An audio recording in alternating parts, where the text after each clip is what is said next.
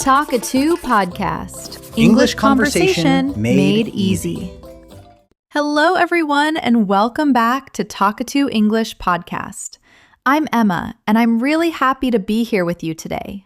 And I'm Dilo. Thanks for spending part of your day with us.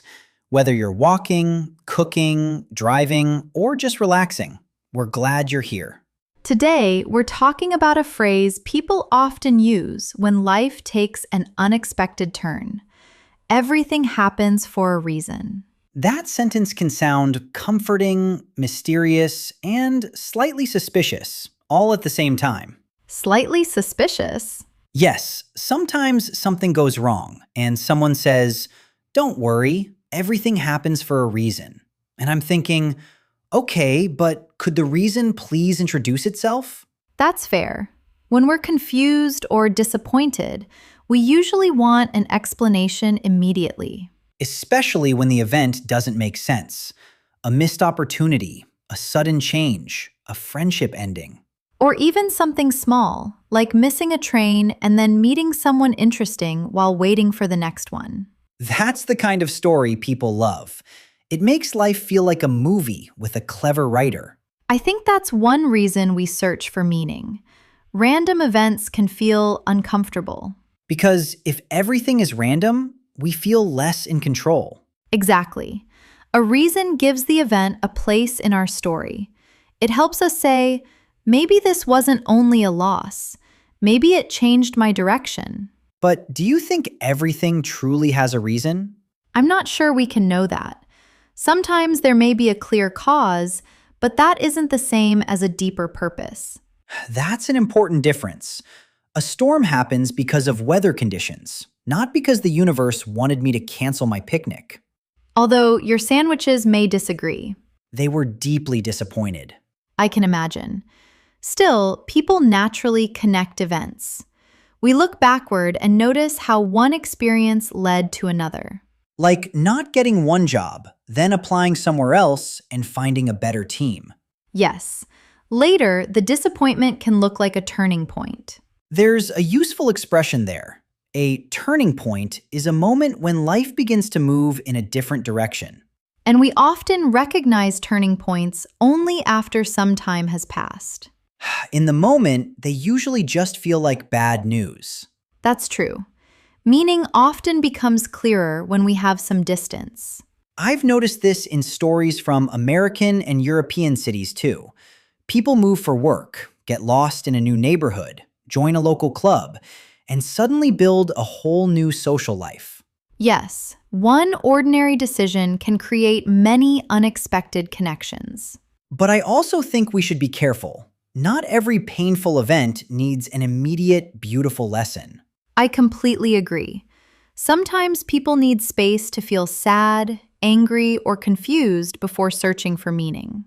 Otherwise, everything happens for a reason can sound like, please stop being upset. And that isn't helpful.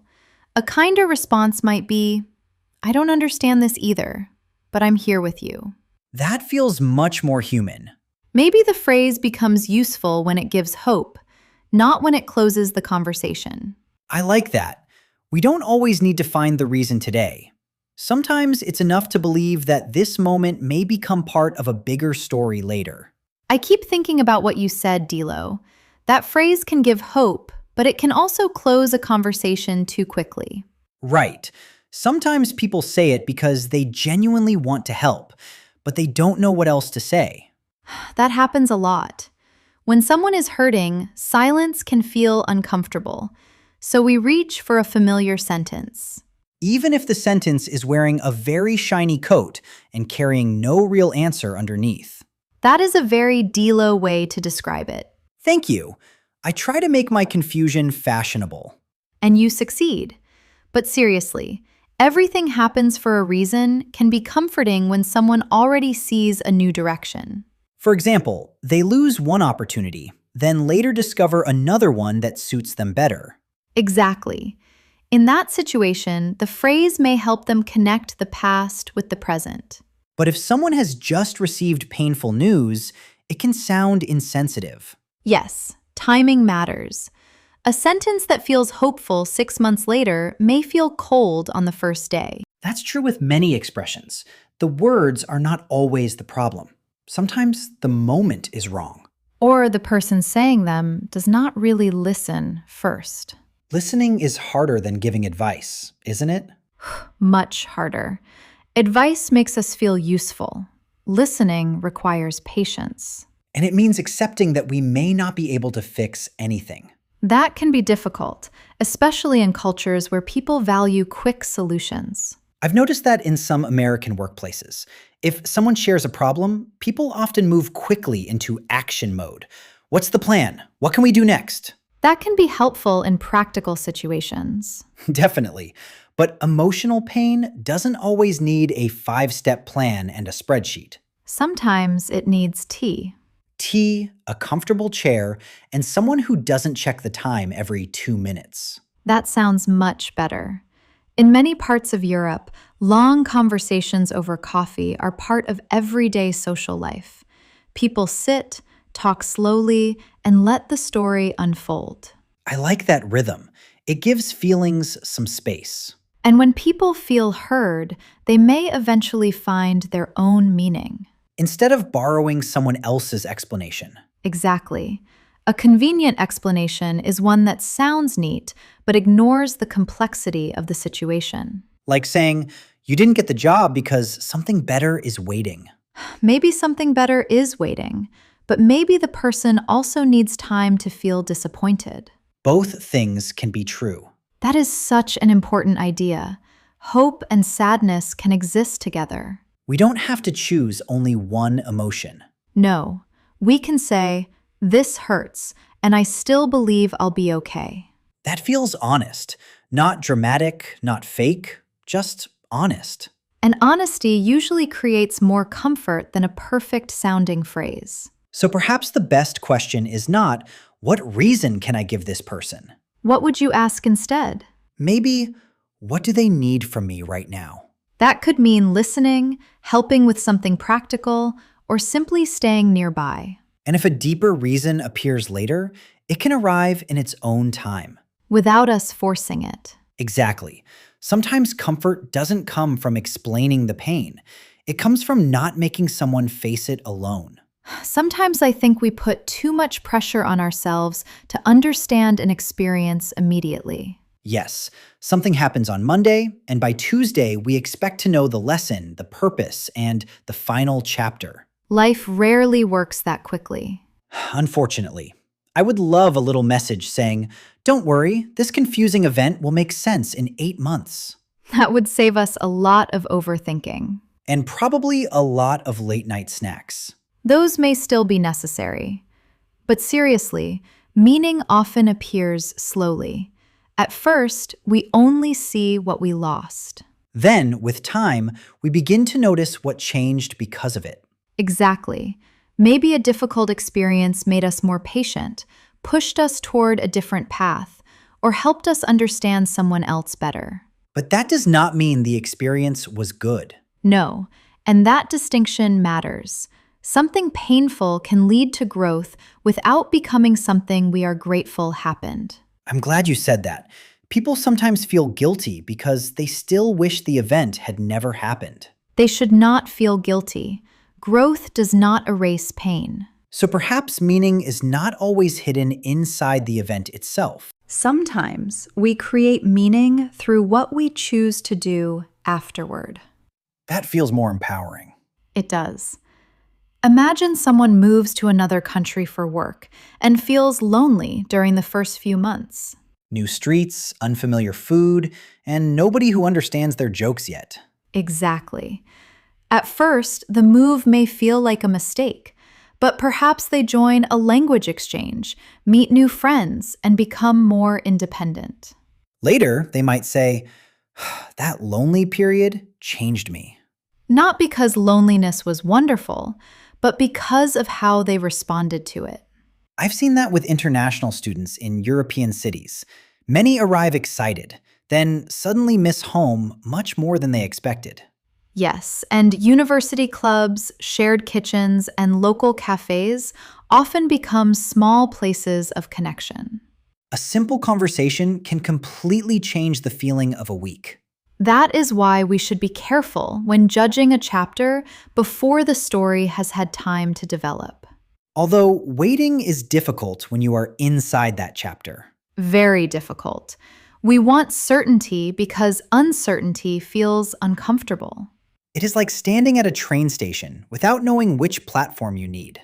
A very European kind of stress. Especially when the announcement is in a language you barely understand. But eventually, you find a sign, ask someone for help, or realize you were standing in the right place all along. That is a nice image for life. Confusing, slightly noisy, but not completely hopeless. And sometimes, the best thing we can say is, I don't understand this yet. There is that little word again, yet. It leaves room for time, change, and a different perspective. It also removes the pressure to create a beautiful explanation before we are ready. Exactly. We can allow an experience to remain unfinished in our minds. Then, months or even years later, one small moment may connect the pieces. A conversation, a new opportunity, or simply a calmer understanding of who we have become. So maybe meaning is not always something we discover right away. Sometimes it is something we slowly build as we keep living. I like that idea, Dilo. Meaning is often something we build, and sometimes the smallest events teach us the most. Which is slightly annoying because small events rarely look important when they happen. True. Missing a bus, changing a plan, or having one unexpected conversation can seem completely ordinary. Then, 6 months later, you realize that tiny moment changed your direction. Exactly. I once heard about a woman who missed her usual train to work and took a later one. Please tell me she didn't meet the love of her life. That sounds too perfect. No, nothing quite that dramatic. She sat next to someone who worked in a field she had always been curious about. That already sounds more believable. They talked for 20 minutes, exchanged contact details, and a few weeks later, she attended an event connected to that industry. So one missed train became the beginning of a career change. Yes, but only because she was open enough to have the conversation. That's an important part. The event created an opportunity, but she still had to respond. Exactly. Not every delay contains a secret gift. Sometimes a delay is just a delay. Especially at airports. Definitely at airports. But even then, we still choose what to do with the moment. We can complain for 2 hours, or we can read, call someone, or talk to another traveler. Although I reserve the right to complain for at least 5 minutes first. That seems reasonable. I think ordinary setbacks can also reveal things about us. Such as? How patient we are, how flexible we are, or how quickly we blame ourselves when plans change. That's very true. A small problem can show us a pattern we never noticed before. Like realizing you become stressed whenever you are not in control.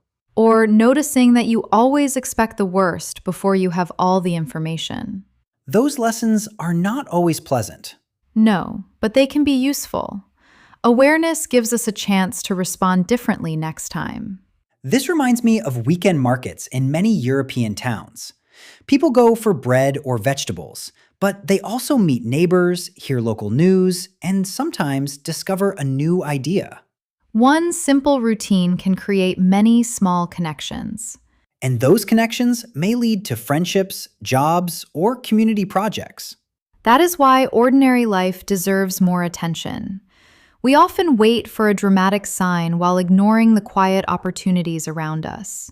Maybe we expect meaning to arrive with music in the background. And perfect lighting. But most turning points probably happen while we are carrying groceries. Or answering an email we almost ignored. Or accepting an invitation when we were planning to stay home. Small choices can open doors we did not even know were there. But we should not force every event into a lesson. I agree. Sometimes the healthiest response is simply to accept what happened and move on. Then, if a lesson appears later, we can notice it without pretending it was part of some perfect plan. That feels balanced to me. We stay open to meaning, but we do not invent it just to make ourselves feel better. And maybe that is where ordinary life becomes interesting. Not because every moment has a clear reason, but because any moment can become part of what we choose next. I think that brings us to the part of this idea that matters most to me. We may not always understand why something happened, but we still have some choice in what happens next. That feels more useful than waiting for the universe to send a detailed explanation. Much more useful. We cannot control every event, but we can often choose our next response. Even if that response is very small? Especially then.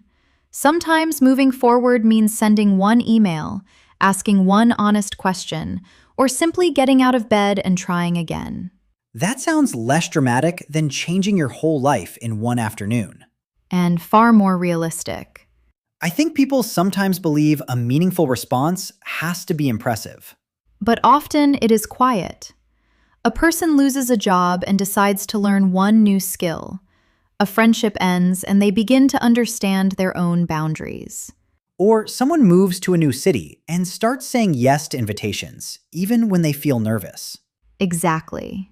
Those choices do not erase the difficulty, but they prevent the difficulty from writing the entire story. I like that phrase.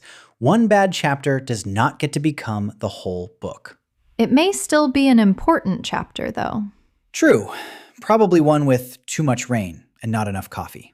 Every serious chapter needs at least one good cafe. Agreed. But this also makes me think about resilience. Resilience is our ability to recover, adjust, and keep going after something difficult. Not pretending we were never hurt. No. Real resilience includes the pain. It simply does not stop there. I have always admired how communities respond after difficult events. In many American and European towns, people organize food, support local families, or rebuild shared spaces together. Yes, and those actions create meaning through connection. The event itself may still be unfair or painful, but people choose not to face it alone. That choice matters. It reminds us that meaning can come from how we support each other. So perhaps everything happens for a reason is not always a fact we can prove. I would say it is often a way people express hope. And hope can be helpful, as long as it does not silence someone's feelings. Exactly. We can believe that life may still lead somewhere meaningful without pretending every event was necessary. That feels honest to me. Me too. Maybe the better question is not always, why did this happen? But what can I do with this now? Yes, that question gives us room to act, learn, rest, ask for help, or begin again. And the answer can change over time. It often does. What feels like confusion today may become clarity later. Or it may simply become something we learn to carry more gently. That is beautifully said. Thank you. I was hoping to sound wise before the episode ended. You managed it. And to everyone listening, thank you for spending this time with us. We hope today's conversation gave you a thoughtful way to look at unexpected moments in your own life. You do not need to understand every reason right away. Be patient with yourself. Stay open to new meaning, and remember that your next choice still belongs to you. Thanks for listening to Talkatoo English Podcast. Whatever chapter you are in right now, we hope you keep moving forward with courage, kindness, and maybe a good cup of coffee. Bye, everyone.